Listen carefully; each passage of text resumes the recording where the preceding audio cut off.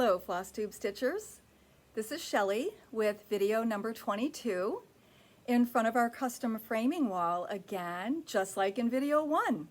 I feel like I've come full circle, especially since I haven't really videoed myself in a couple weeks. I feel like I'm starting over again.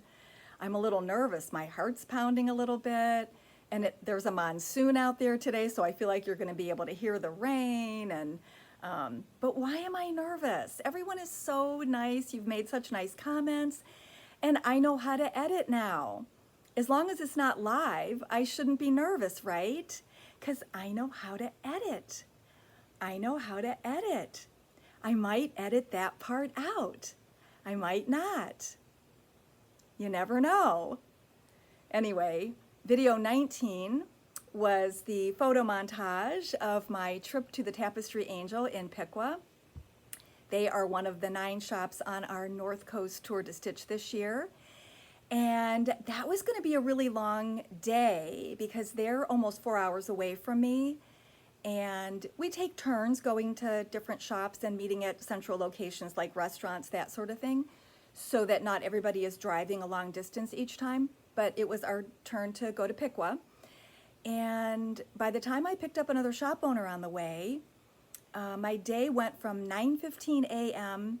until 7:30 p.m. So I knew I wouldn't feel like filming a video that night. And then video 20 was the bloopers reel. And the reason I chose that was because that weekend I was going to be at my father's family reunion near Allentown, Pennsylvania. And I actually wasn't even sure if we were coming back Sunday or Monday, so I thought I better do something ahead of time. And then the 21st, I thought, gosh, there's a fun night this weekend. Maybe it would be a good idea to film the ladies doing their show and share, and then you guys could see a wider variety of projects than just my taste in stitching. So I just wanted to say a few things about the bloopers reel. I shared a suite at the family reunion with my brother, my niece, Kelsey, and my parents. And Kelsey they all knew I was editing the video that weekend during, some spare time. And Kelsey said, "Hey, are there any bloopers of bloopers that you wouldn't show to anybody?"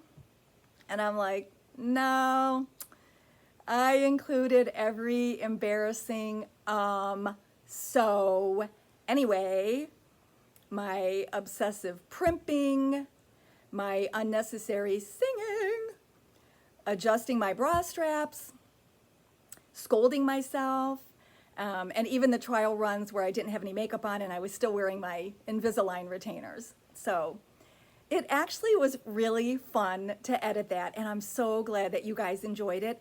Everyone wrote such nice comments, but there's just a few that I wanted to share because they tickled me. So let's see. Marlene Haller said, what a hoot. I usually try to stitch a bit while watching/listening to FlossTube. I was laughing so hard that I had to put my needle down. Yes, mission accomplished, Marlene. And then Julie Tippy said, how sweet to show us your bloopers. I get the impression that you are a perfectionist, but that you can laugh at yourself too. Yep, you have me pegged. She says, don't worry about being perfect on video. Relax and have fun. I'm trying, Julie. I'm trying. I'm getting better. Then Heidi Cran said, so funny. Thanks for sharing. All of us on FlossTube can relate. Everyone should put out a blooper video. That takes guts. Loved it. And Michelle L. said, we appreciate everything you do to bring us some FlossTube. Of course, in broadcasting, we usually save the bloopers reel for the Christmas party. Mary Good said, the trials and tribulations of a rock star cross-stitcher. And then Dee Ridico says, your hair always looks perfect. No, you guys, I'm not kidding. You have no idea how many Sundays it has been raining, humid, misty. It's been a terrible, Sundays are terrible hair days. Okay. Then Sally says, let a bit of the not so perfect shine through sometimes. We can handle it. And the last one I want to read is from Nicole at Buckeye Stitcher. OMG, I love that you were brave enough to post those. We all have them. Thanks for sharing these hilarious clips. Even this video had lots of time and effort put into it. Of course it did, because I'm like obsessed with this kind of stuff. I'm a detail person. When I was in high school and even college, my favorite thing to do was to research something. And I spent far too much time on the researching and not enough time doing like the actual project. So I'm kind of obsessed with like the background info, the research, the preparation, and I shouldn't be. I need to be more loose about it. So anyway, but now you know I'm not perfect. Okay. Then I wanted to talk about communication. So I've had a lot of people tell me recently, oh my gosh, you do so much and I don't know how you keep it all together. I don't know how you remember everything. I don't. I have fallen short in so many ways this summer. Part of it I blame on the technology issues, just wasting so much of my time. Part of it is due to an increase in business. I don't really know if this summer was busier than last summer. It seems like it's been twice as busy, but I haven't really investigated it to see if that's true or why. But it's just been so busy, and I feel like I'm not keeping up with things. And a lot of it has to do with the way we communicate now. There are so many different ways that you can be in contact with people. So one day at our Wednesday Stitch group, we were talking about this, and I said, guys, let's try to think of all the different ways that people contact me. So I wrote them down. I would say the main way that people order something from me, we'll talk about ordering, because that's like the most important thing that I sometimes fall down on. So we'll talk about ordering. They ask for something while I'm cutting their fabric. I'm at the cutting counter. Hello, no pen, no paper, can't write it down. Do you think I'm going to remember it? Probably not. So one day over the summer, I was cutting somebody's fabric for them, and they said, oh, I want to order this. And I said, oh, you bet. So I took the fabric with me, walked right over to my iPad, logged onto the distributor that I needed to order it from, ordered it, put it in my shopping cart, I should say, walked over to the counter, wrote it down in my special order book, sold her the rest of the product she was buying, said goodbye. She walked out to her car, and within 5 minutes she was back again. Where's that piece of fabric you cut for me? Yeah, it was sitting next to the iPad. I can't even remember something from one counter to the other, and it's only like feet away, yards away maybe. I don't even remember that long because there's so much going on in my head. So that's one of the things that goes wrong. And I was mentioning this to a friend a few weeks ago, and he said, oh, well, first of all, I should show you what my order book looks like. So it's on a clipboard. Ooh, there's a lot of glare. Here, there you go. So it says special orders at the top, and then there's a space for, you know, people's names and their phone number or email, what they ordered, who it's from, and then I make a note about who I order it from and when I order it and that sort of thing. So he said, hey, why don't you just put a couple of those blank pages over on your fabric cutting counter, and while you're cutting their fabric, you ask them to write down what they want. And I'm like, huh. Been in business 30 years. That never occurred to me. Nick, you're a genius. So problem solved. Okay, let's move on to some of the other ways. So then they can order something when I'm right by my order book. Awesome, I write it down, I get all the info, it's perfect. Then obviously a phone call is good, although recently, you know, when I have 5 or 6 people in the store, even 3 if there's a lot going on, or a stitch group at the same time, I don't get to the phone. I honestly feel that the customers in the store take priority. I never know how long the phone call is going to take. If I can even answer the question. If it's going to be a long mail order, I'd rather do it later. So I don't get to the phone. And those are my reasons. People can email me. Yeah, 4 is old email. Don't get me started on that stupid email, but I'm going to have to keep it for a while until everyone gets the message. Then there's my new email. Okay, that's great. And now I have Apple Mail. So actually they're kind of all connected, so it's easier for me to find. I used to have people that would order things or ask me questions through my personal email.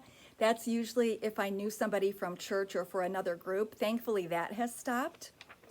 People can comment that they want something on a Facebook post. That's awesome. I post product, so I love for them to say something there. But I have to remember that that's where they ordered it. Then there's Facebook messaging.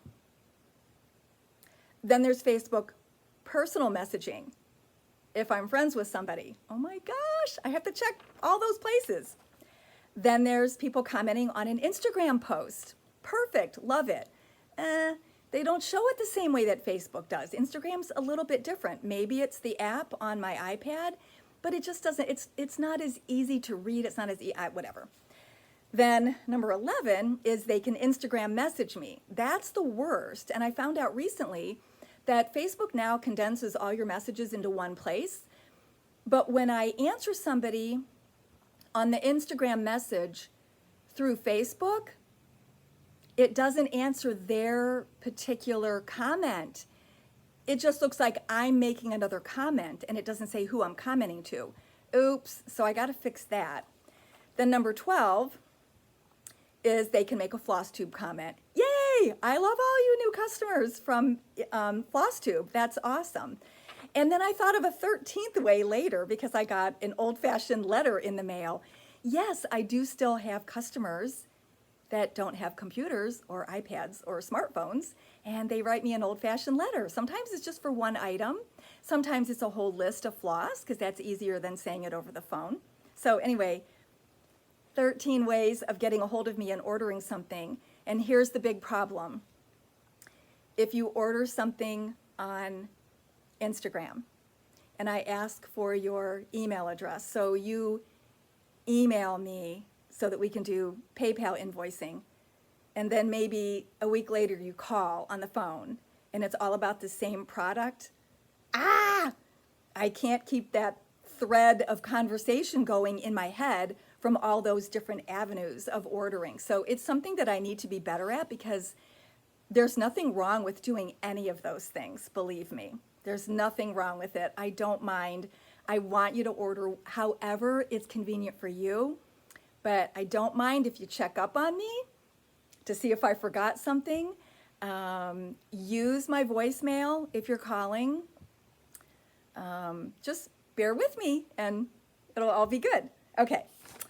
That's that. Oh, I didn't even show you any stitching today. Okay. So I have another fully finished item. Haven't had too many this summer, but this was something from Stitch Mania. Got it back recently from my framer. Oops, let me show it. Oh, there we go. That way there's not so much in the background. This is Busy. Oh, there's just so much glare coming in right now. But this is Busy, which was a kit from Shepherd's Bush.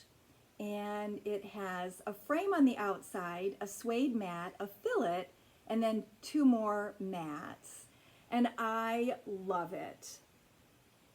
I don't know. Some people might think it's a little overwhelming for such a small design. But I think it takes a simple, sweet, small design and just turns it into a fabulous piece of artwork. So that's my thoughts on the matter. I think next I'm going to show you some new merchandise. So, charts. They're all going to be charts today. So from Heart and Hand, we have another one in their Merry Making Mini series for Halloween. Let me just give myself some space there. We Won the Owl Sings. They're Wee Santa 2019. Anna Lee Waite has Honey Flower. I love them both. Let's see, let me do this Spooktacular Trio. I'll put that up close so you can see all three of them. You could do those as ornaments too. Annie B's Folk Art. Autumn is the second spring. I'm not trying to rush autumn just because it's September 1st, although it did get cooler here, so it kind of feels like autumn, but I've always loved that saying. I think that's really sweet. That's going to go on my to-do list. This is Sunflower Row. More sunflowers on a book called Sunshine. Hands-On Design has a new one in the House on the Hill series. This is called A Harmony in Autumn, and it includes the piece of felt wool, hand-dyed wool, so that you can do the hill. This is Autumn Skies, and the pillow was a retreat project, I think, and she added this as a new design, and this also includes the strips of wool that you use to, if you want to finish that way. This is another one in the Chockful series that she designs based on Priscilla Blaine's chalk art. It doesn't come with the pin minis. I just put them in there so I wouldn't forget to show you that Jabco does a pin mini set for each one. And you can do it on a framed version or a pillow. Heartstring Samplery has Brown Bird Biscornu. And a wedding sampler. Really sweet how she put the photo there. I think these are her parents. Are these her parents? Parents? Grandparents? Anyway. Kitten Bixby is known for doing cats. And here's a Halloween version called Scaredy Cats. Those cats, they're always getting into trouble, aren't they? Pineberry Lane has Ode to the Busy Bee. Scissortail Designs has Pumpkin Topiary. This is part 2 of Sleepy Hollow from the Tiny Modernist, which is being done as a sal. Vintage Needle Arts, Dream Big Little Mermaid. Mr. Belvedere. He's handsome. Owl at the Moon. Trick or Treat. Waxing Moon has Turkey Trio. All right, and then I think I'm gonna save those for next time. Cricket Collection has A Wicked Patch. There's some satin stitch, I guess, in the patchwork down there. That'd be fun. You could do the different colors in different stitches and really make it look like a patchwork of specialties. And then this is Farmer's Market in their Word series. Okay. And One If by Sea, and it's got the whole alphabet there if you want to personalize that for somebody. And then lastly, the Just Cross Stitch Christmas Ornament Magazine for 2019. There's a lot of fun ones on the front and even more on the inside. I love how they have them divided by theme. So this one has like a lot of Santas on the pages. Anyway, if you don't subscribe to Just Cross Stitch Magazine, and you don't automatically get one of these, you might be really interested. If you've already purchased one or you're going to get one through your subscription, if you win this, maybe you could give it to a stitchy friend. So this is going to be the giveaway for this week. And in order to be put in the drawing for this, I want you to tell me about your Christmas tree. All right, that's the question. And I think I've covered everything. I may not even edit anything out of this because it's just under 20 minutes. Bye.